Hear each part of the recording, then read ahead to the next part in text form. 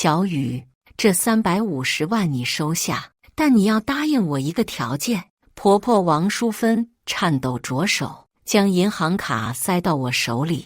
妈，这钱我不能要，太多了。我连忙推拒，必须要，但你要答应我，永远不能告诉志强。他的眼神里闪过一丝我从未见过的恐惧。为什么？你只需要答应我，其他的不要问。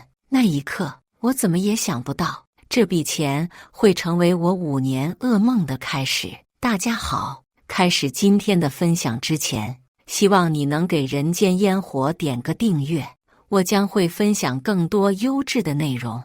2019年3月的那个下午，我正在厨房准备晚餐，婆婆突然敲响了我家的门。妈，您怎么来了？志强还没下班呢。我有些意外，婆婆很少在工作日来我们家，我就是来找你的。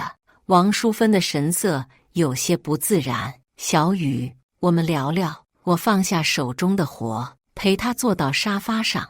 婆婆看起来很紧张，手一直在抖。妈，您是不是身体不舒服？不是。她深吸一口气，从包里掏出一张银行卡。小雨，这里有350万，我想给你。我愣住了。妈，您说什么？你没听错，350万。婆婆把卡放到茶几上，但是有个条件，你不能告诉志强。这怎么可能？这么大一笔钱，我怎么能瞒着志强？我连连摆手。而且妈，您为什么要给我这么多钱？婆婆沉默了很久，眼圈红了。小雨，你就当是我求你了，你收下这钱，但千万不能让志强知道。可是为什么？别问为什么，你只需要答应我就行。婆婆抓住我的手，这钱你想怎么花就怎么花，买房买车都行，但就是不能告诉志强。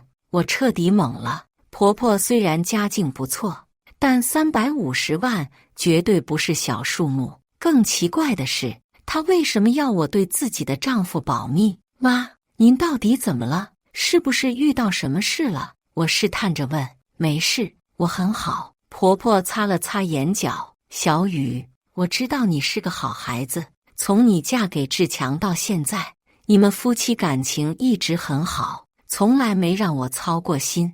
这钱就当是我对你的感谢。可是，没有可是。婆婆突然激动起来，你必须收下，而且必须保密。看着婆婆近乎歇斯底里的样子，我彻底吓坏了。结婚5年来，我从来没见过她这么失态。妈，您先冷静一下。我给她倒了杯水。您为什么这么激动？婆婆接过水杯，手还在抖。喝了几口水后，她情绪才稍微平复一些。小雨，你答应我吧。她的声音变得很轻，就当是我最后的请求。最后的请求。我心里一紧。妈，您这话什么意思？没什么意思。婆婆避开我的眼神。你就说答不答应吧。我犹豫了，这笔钱来得太突然，而且婆婆的要求更让我摸不着头脑。夫妻之间还有什么不能说的秘密？妈，您给我点时间考虑考虑行吗？不行。婆婆立刻拒绝。你现在就得答应我，那您至少要告诉我原因吧。原因就是我想给你。这还不够吗？婆婆站了起来。小雨，我把你当亲女儿一样看待，难道你就不能答应我这一个要求？看着婆婆泪眼朦胧的样子，我的心软了。虽然不明白她的用意，但这5年来，她确实把我当亲生女儿一样疼爱。好，我答应您。我最终妥协了。但是妈，您能不能告诉我，您为什么不让我告诉志强？总之有我的道理。婆婆松了口气。记住，这是我们2个人的秘密，任何人都不能说，包括志强。我知道了。婆婆把银行卡的密码告诉我后就离开了。看着茶几上的银行卡，我心情复杂极了。当天晚上，志强回到家后，我表现得和平常一样，但心里却忐忑不安。老婆，你今天怎么了？看起来心不在焉的。志强注意到了我的异常，没事，可能是有点累。我勉强笑了笑，要不明天你请个假，在家休息一天？不用，我没事。那天晚上，我几乎一夜没睡，脑子里反复想着婆婆的话和她那奇怪的表现。350万，这个数字一直在我脑海中回响。第二天一早，我趁志强上班的时候，偷偷去银行查了一下卡里的余额。当 ATM 机显示3,500,000,000这个数字时，我的手都在抖。真的是350万。回到家后，我坐在沙发上发呆，这笔钱到底是哪来的？婆婆为什么要给我？为什么不能告诉志强？一连串的疑问让我头疼不已。接下来的几天，我一直在观察婆婆的举动，希望能找到一些线索。周末，我们按惯例去婆婆家吃饭，志强在客厅和公公聊天，我在厨房帮婆婆准备饭菜。妈，那张卡您确定要给我吗？我小声问道。当然确定。婆婆头也不抬。记住我的话，不要告诉志强。可是我总觉得不踏实。有什么不踏实的？钱是我的，我想给谁就给谁。婆婆停下手中的活，看着我。小雨，你是不是后悔答应我了？不是，我只是觉得这钱来得太突然了。世界上哪有那么多为什么？婆婆的语气有些不耐烦。钱我已经给你了，你爱怎么花就怎么花，但就是不能告诉志强。妈，您能不能告诉我，您和爸攒了这么多钱？我试探着问。这个你就别管了。婆婆转身继续做菜。总之钱是干净的，你放心用就行。吃饭的时候，我偷偷观察着公公的表情，他看起来很正常，丝毫没有少了350万的紧张感。难道他不知道这件事？爸，您和妈最近身体都还好吧？我随口问道。挺好的，就是你妈最近老失眠。公公夹了块肉给我。小雨啊，你有空多陪陪你妈，她一个人在家总是胡思乱想。我瞟了一眼婆婆，她正低头吃饭，没有任何反应。妈最近在想什么？志强也关心地问道。也没什么，就是担心你们小两口的事。公公笑了笑，他总说你们结婚这么久了，也该要个孩子了。听到这话，婆婆突然抬起头，狠狠瞪了公公一眼。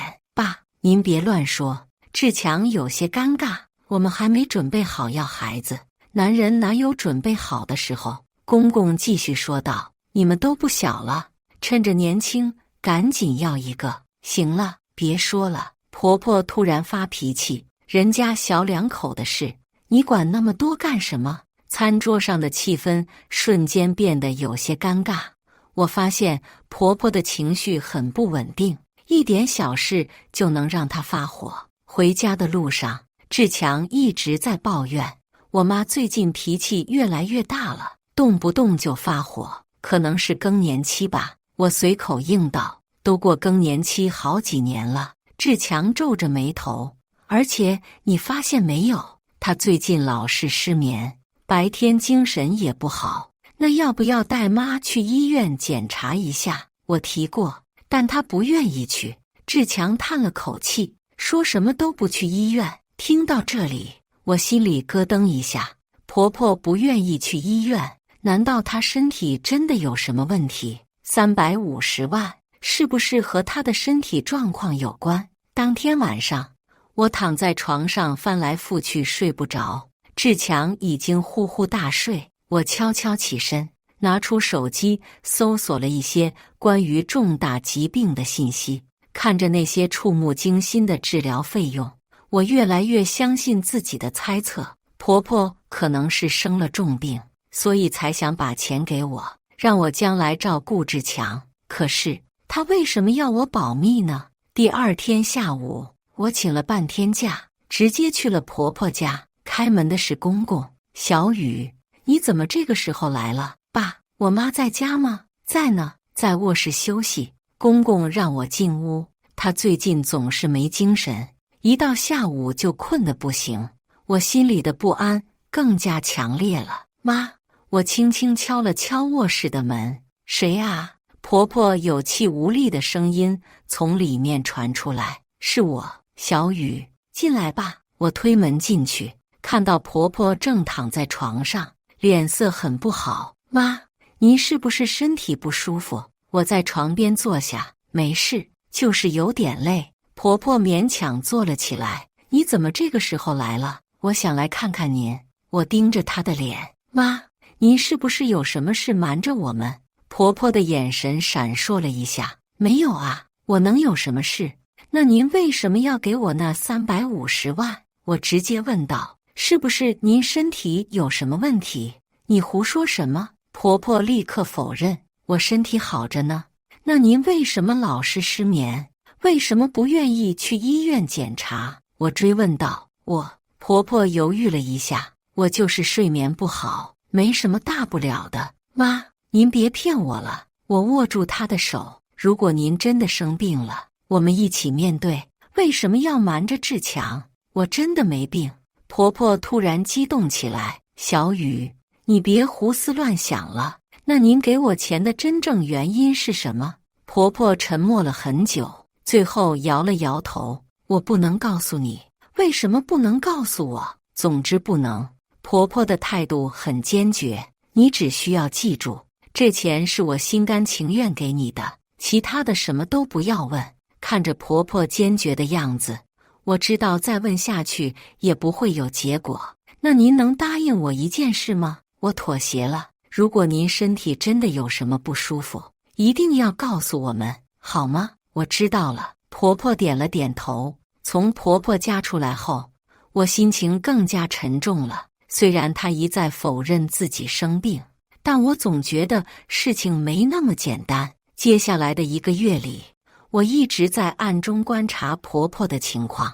她的精神状态确实不太好，经常无精打采的，而且食欲也不好。有一次，我偷偷跟踪她，发现她独自去了医院。我远远地看着她挂号、排队、看病，心里的不安达到了极点。但是当我想偷偷打听她看的什么科，查了什么项目时，却被告知医院不能透露患者的隐私信息。那天晚上，我实在忍不住了，决定和志强坦白。老公，我有件事想告诉你。什么事？志强正在看电视，头也没抬。关于妈的。听到这话，志强立刻转过头看着我。我妈怎么了？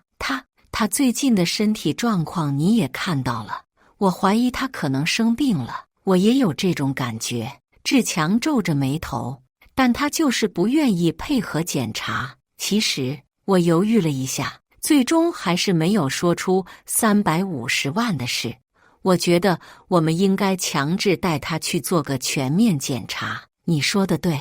志强同意了。明天我就和我爸商量一下。但是第2天，志强和公公商量后，公公却说婆婆已经去医院检查过了，结果一切正常。既然检查结果正常，那她为什么还是这个样子？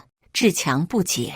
医生说可能是心理问题。公公解释道，建议她看心理医生，但你妈坚决不去。心理问题，我更困惑了。婆婆到底在担心什么？时间一天天过去，婆婆的状态时好时坏，有时候看起来很正常，有时候又会突然发呆或者发脾气。而那350万就像一个定时炸弹，一直压在我心里。我几次想要还给婆婆，但她都坚决不收。我既然给了你，就不会收回。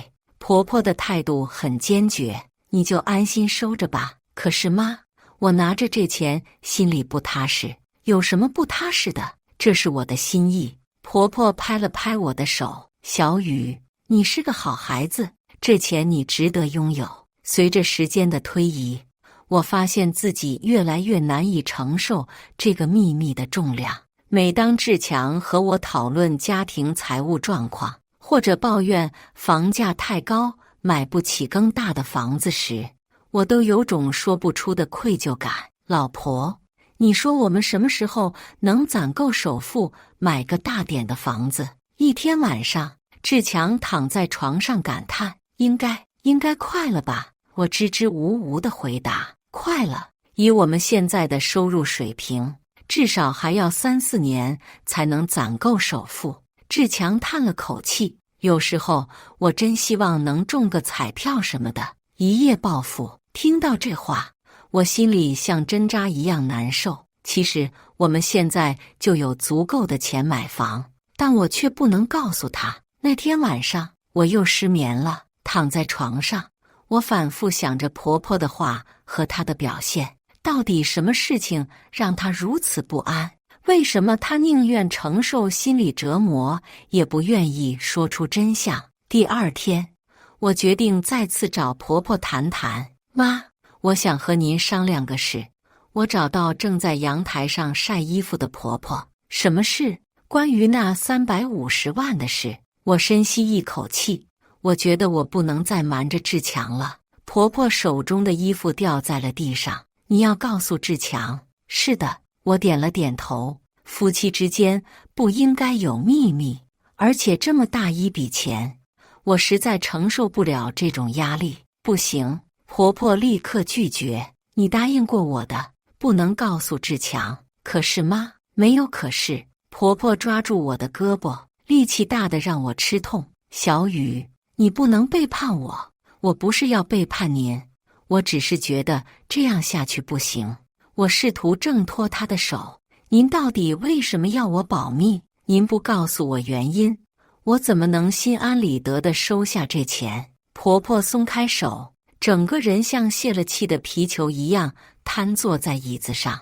你想知道原因？她的声音很轻。好，我告诉你。我立刻竖起耳朵，以为终于要听到真相了，因为这钱本来就该是你的。婆婆抬起头看着我：志强亏欠了你太多，这350万算是我替他还债。还债？我更糊涂了。志强什么时候亏欠我了？你不知道的事情多着呢。婆婆的眼神变得很复杂。总之，这钱你必须收下，而且不能告诉志强。如果你告诉了他，我就不活了。听到这话，我彻底震惊了。婆婆竟然说出这种话。妈，您别吓我。我连忙劝道，有什么事我们好好说，您千万别想不开。我没想不开，但如果你背叛我，我就真的没活头了。婆婆的语气很平静，但那种绝望让我心里发毛。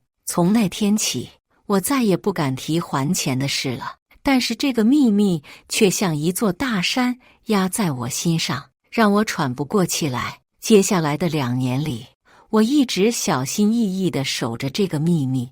婆婆的精神状态时好时坏，有时候会突然变得很急躁，有时候又会长时间的发呆。志强多次提议带她看心理医生，但都被她拒绝了。我没病，不需要看医生，这是婆婆的标准回答。而我则在这种压抑的氛围中越来越憔悴。白天上班的时候还好，一到晚上面对志强，我就感到无比的愧疚。老婆，你最近是不是有什么心事？一天晚上，志强关心地问道。没有啊，我能有什么心事？我勉强笑了笑。可是我觉得你这2年变化挺大的，以前你话挺多的，现在总是心不在焉的。志强坐到我身边，是不是工作压力太大了？可能吧。我不敢看他的眼睛。要不你换个工作？志强提议道。反正我们现在的收入够用了，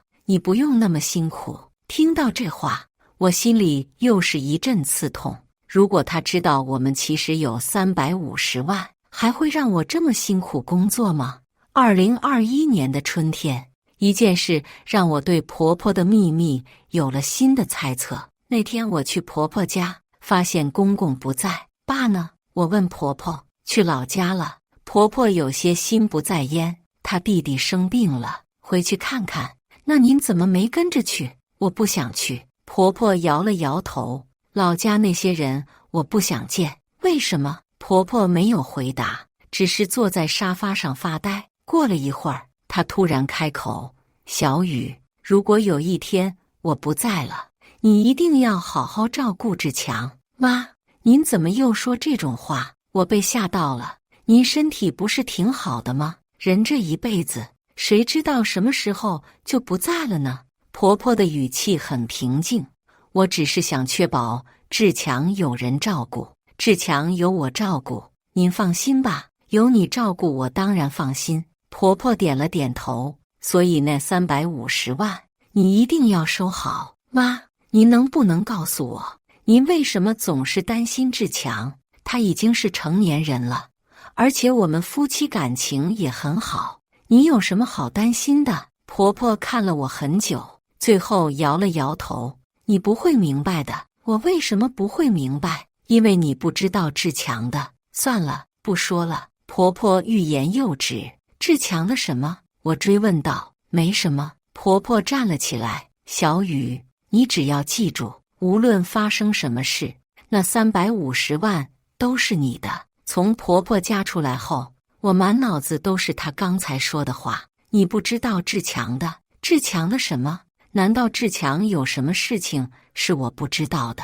那天晚上，志强回到家后，我偷偷观察着他，他看起来和平常一样正常，丝毫没有什么异常。老公，你今天怎么回来这么晚？我随口问道。加班。志强一边换衣服一边说，最近公司项目比较多，可能要经常加班，辛苦了。我给他倒了杯水。对了，妈今天和我聊天，她说希望我们以后能好好的。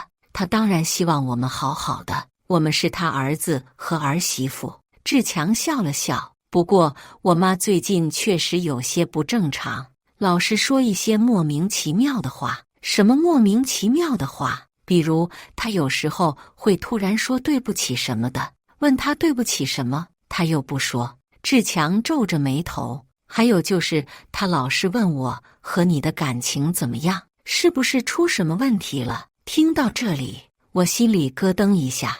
那你怎么回答他的？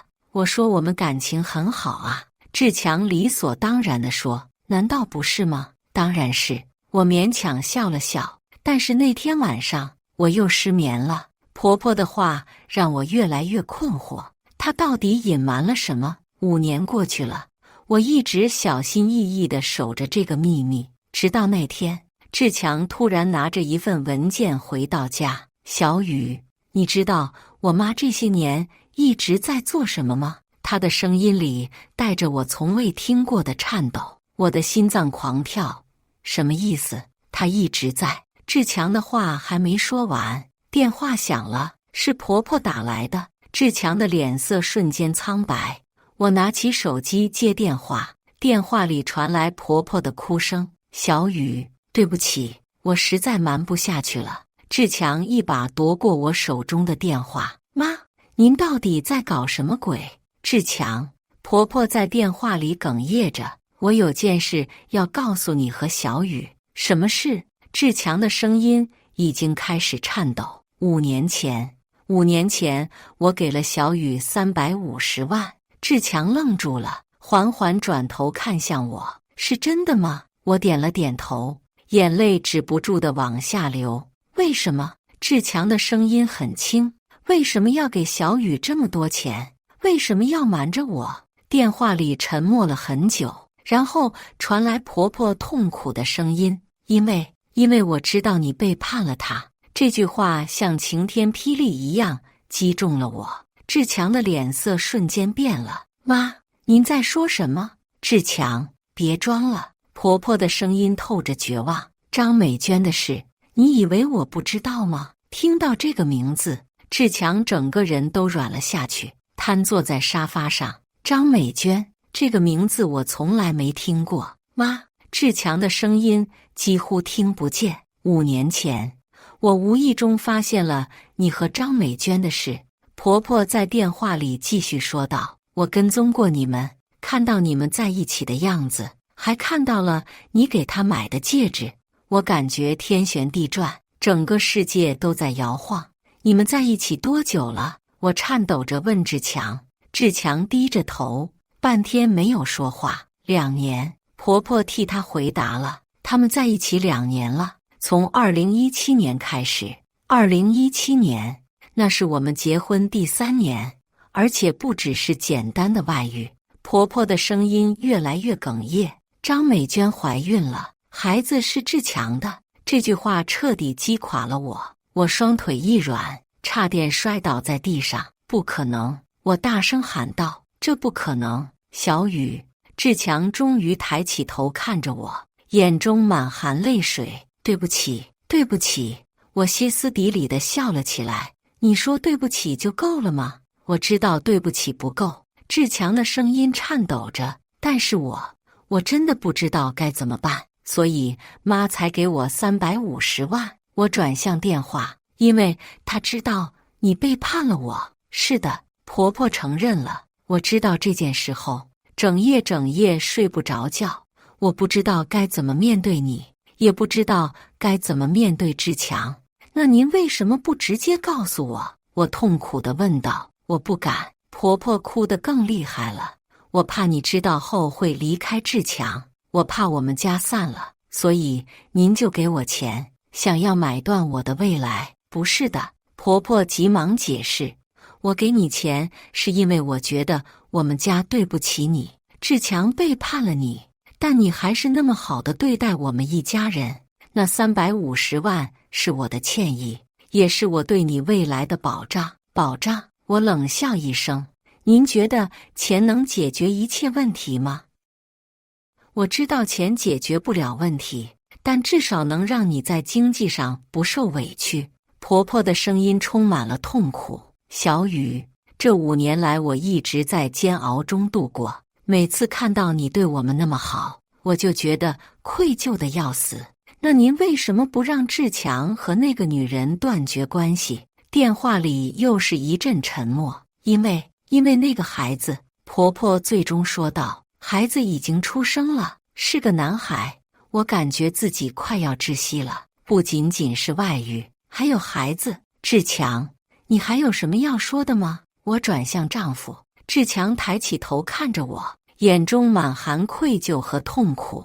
小雨，我知道我错了，但是当时的情况很复杂。我怒火中烧。有什么复杂的？你就是背叛了我们的婚姻。我承认我背叛了你。志强站了起来。但是当时我们的关系确实出现了问题。什么问题？你还记得2017年的时候吗？我们因为要不要孩子的问题争吵了很多次。志强试图解释，你一直说还没准备好，而我特别想要一个孩子，所以你就去找别的女人生孩子。我简直不敢相信他的逻辑。不是这样的。志强摇着头。张美娟是我的大学同学，我们在同学聚会上重新联系上的，一开始只是朋友关系，但是慢慢的，你们就上床了。我打断了他的话。志强沉默了。而且还生了孩子。我继续追问，孩子是意外。志强低声说道，我们都没想到会怀孕。意外？我冷笑。那怀孕后呢？你们为什么要把孩子生下来？因为张美娟不愿意打掉。那你呢？你愿意吗？志强没有回答，但他的沉默已经说明了一切。志强，你这5年来一直在骗我。我的声音出奇的平静。你每天回家面对我，每天和我说话，每天和我一起睡觉，但你心里想的却是另一个女人和另一个孩子。你觉得我很好骗是吗？不是的，小雨。志强急忙否认，我对你的感情是真的，我从来没有想过要离开你。那张美娟呢？她怎么想？她知道我不会离婚。志强有些尴尬，我们之间只是什么？只是玩玩。我愤怒地质问，那个孩子呢？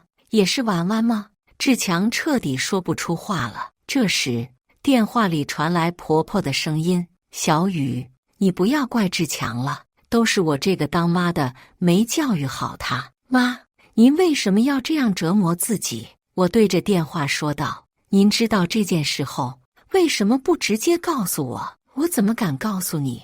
婆婆痛苦地说。如果我告诉了你，你肯定会和志强离婚，到时候我们家就彻底散了。所以您就选择欺骗我，让我继续生活在谎言中。我没有欺骗你。婆婆连忙解释，我给你钱就是想补偿你。我想着，如果有一天你知道了真相，要离开志强，至少你有这笔钱，不会过得太辛苦。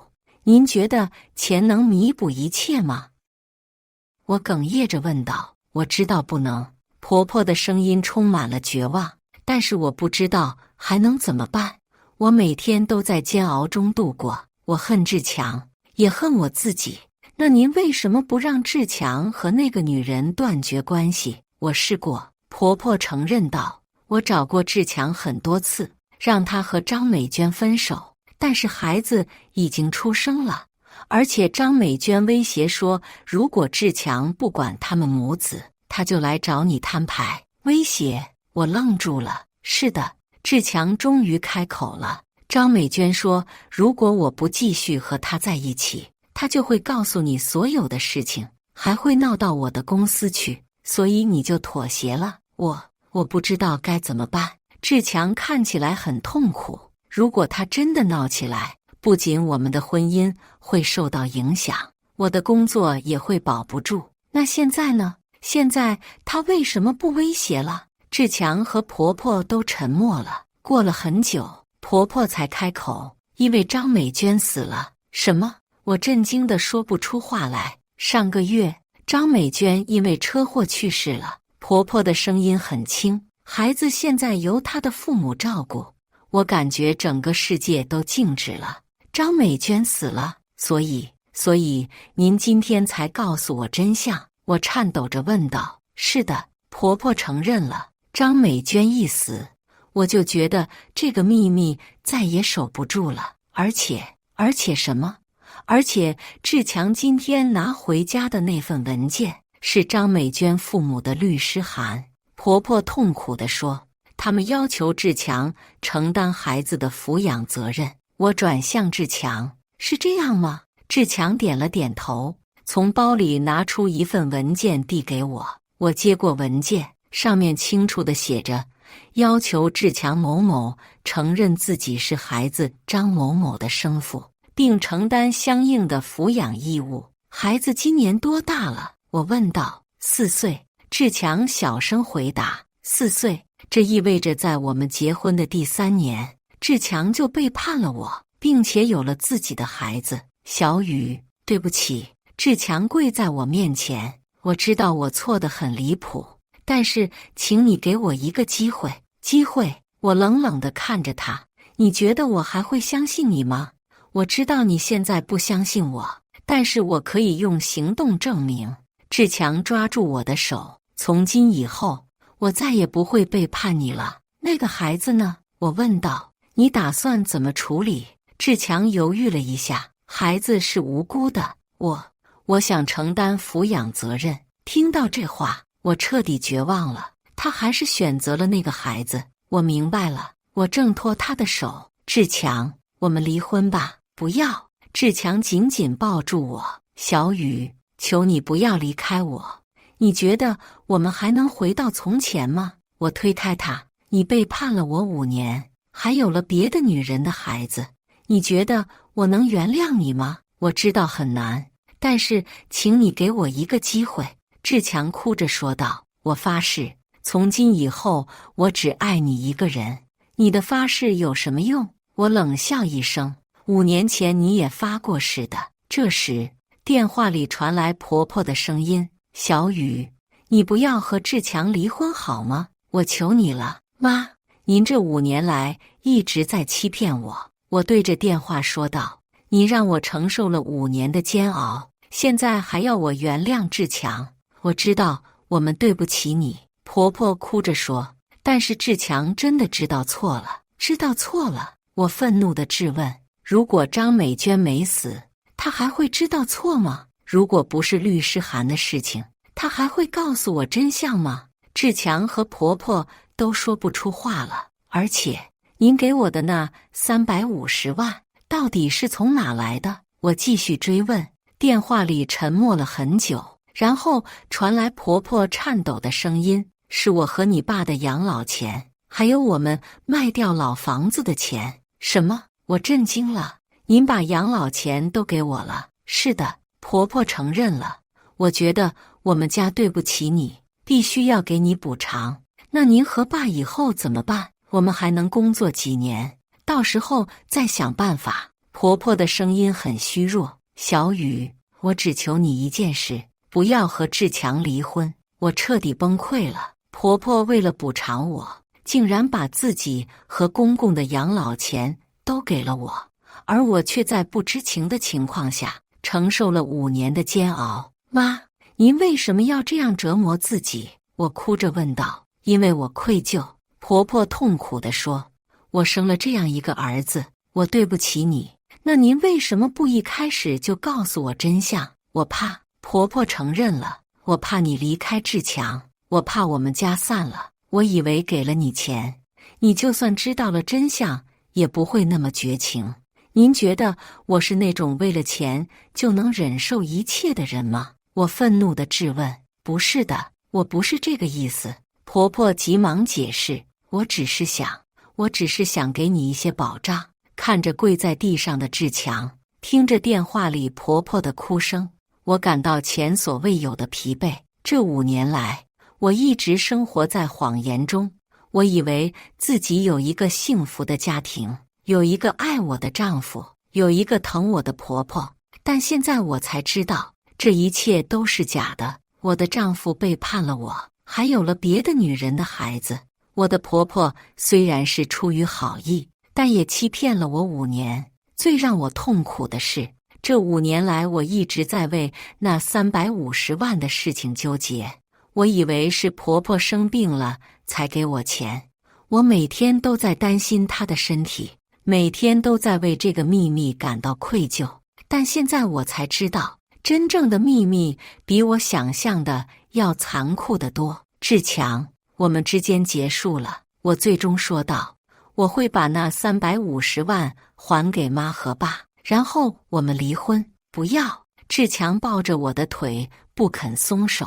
小雨，求你不要离开我，我真的知道错了。你知道错了。我低头看着他。那你告诉我，如果张美娟没死，你会怎么办？志强沉默了。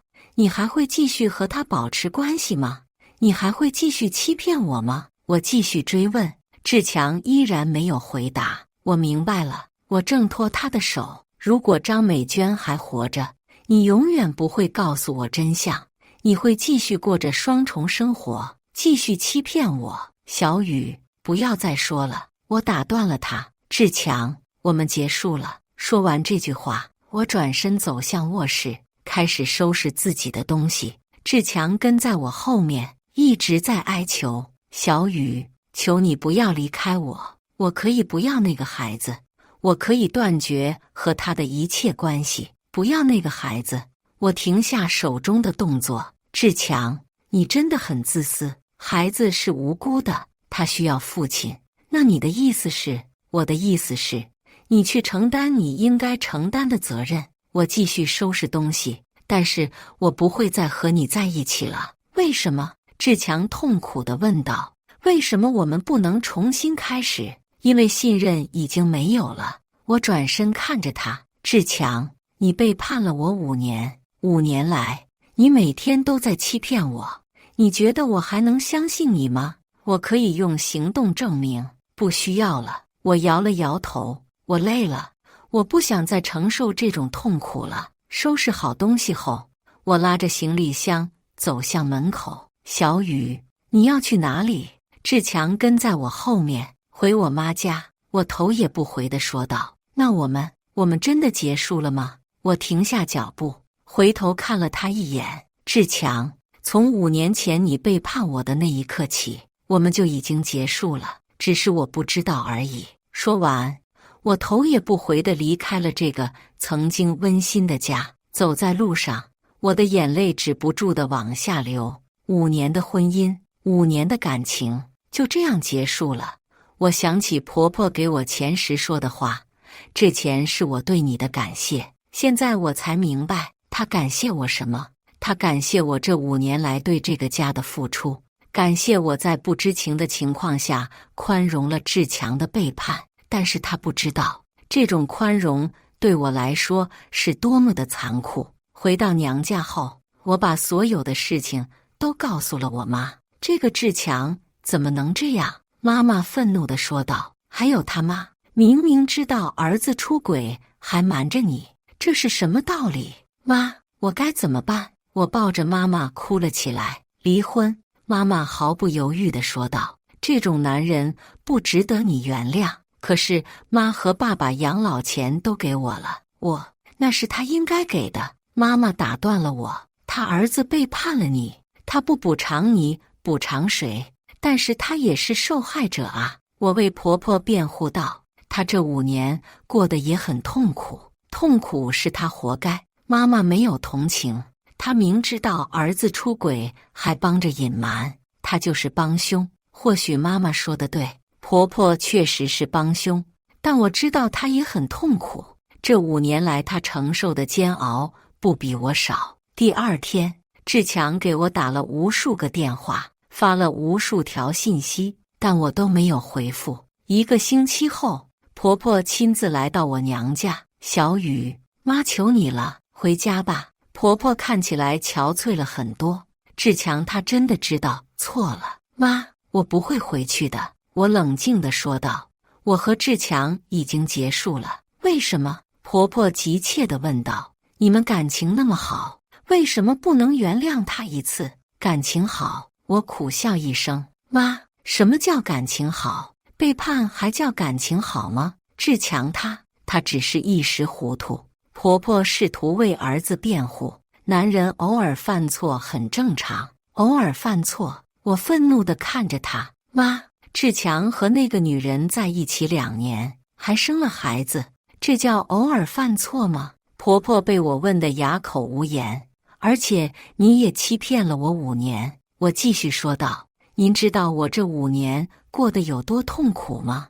我每天都在为那350万的事情纠结。我以为您生病了，我每天都在担心您的身体。我是为了你好。婆婆虚弱地说道。为了我好？我冷笑。让我生活在谎言中，这是为了我好。婆婆低下了头。对不起，是我错了。妈，我不怪您。我的语气稍微缓和了一些。我知道您也很痛苦，但是我真的不能原谅志强。那我们的钱你还要吗？婆婆小心翼翼地问道。我会还给您和爸的。我坚决地说道。那是你们的养老钱，我不能要。不用还。婆婆摇了摇头。那钱本来就该给你的。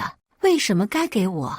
因为你为我们家付出了那么多，而我们却这样对你。婆婆的眼圈红了。小雨，我知道我们对不起你，但是你能不能看在这5年的感情上，原谅志强一次？妈，有些事情是不能原谅的。我摇了摇头。背叛就是背叛，不管有什么理由。婆婆沉默了很久，最后站了起来。我明白了，小雨，无论你做什么决定，我都尊重你。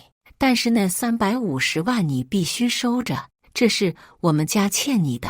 说完，婆婆转身离开了。看着她佝偻的背影，我的心里很不是滋味。我知道她也是受害者，但是她的选择让我们所有人都陷入了痛苦。1个月后，我正式和志强办理了离婚手续。在民政局门口，志强最后一次向我道歉。小雨，对不起，我知道我错得很离谱，但是我真的很爱你。如果爱我，你就不会背叛我。我平静地说道。志强，希望你以后能做一个负责任的父亲。说完，我转身离开了。从民政局出来后，我感到前所未有的轻松。5年的秘密，5年的痛苦，终于结束了。但是当我回到家，看到那张银行卡时，我又哭了。我想起婆婆颤抖着手把卡给我时的样子，想起她这5年来承受的煎熬，想起她为了给我钱，把自己和公公的养老钱都拿了出来。她虽然选择了错误的方式，但她的初衷是好的。她真的把我当成了亲生女儿，真的为我着想。所以最终，我还是没有把钱还给她，不是因为我贪财，而是因为我不想让她的愧疚更深。现在，志强已经搬去和那个孩子生活在一起，承担起了父亲的责任。婆婆的身体越来越差，我偶尔会去看望她，每次见面，她都会问我过得好不好，会不会怪她。我总是告诉她我很好，不怪她，但实际上，我知道这件事对我们所有人都造成了无法挽回的伤害。信任一旦破碎，就很难再修复；爱情一旦背叛，就很难再纯洁。那350万，现在就静静地躺在银行里，我没有动过1分钱，也不知道该如何处理它们。它们见证了一个家庭的破碎，见证了一段感情的结束，也见证了一个女人5年来的煎熬。有时候我想，如果当初婆婆选择直接告诉我真相，结果会不会不一样？但是没有如果。现在的我一个人生活，偶尔会想起那些美好的往事，但更多的时候，我在学着重新开始。5年的婚姻给了我太多的教训，让我明白了信任的珍贵，也让我明白了有些伤害是无法原谅的。婆婆那句“你不知道志强的”，现在我终于知道了答案。我不知道的是志强的背叛，志强的欺骗，志强的另一个家庭。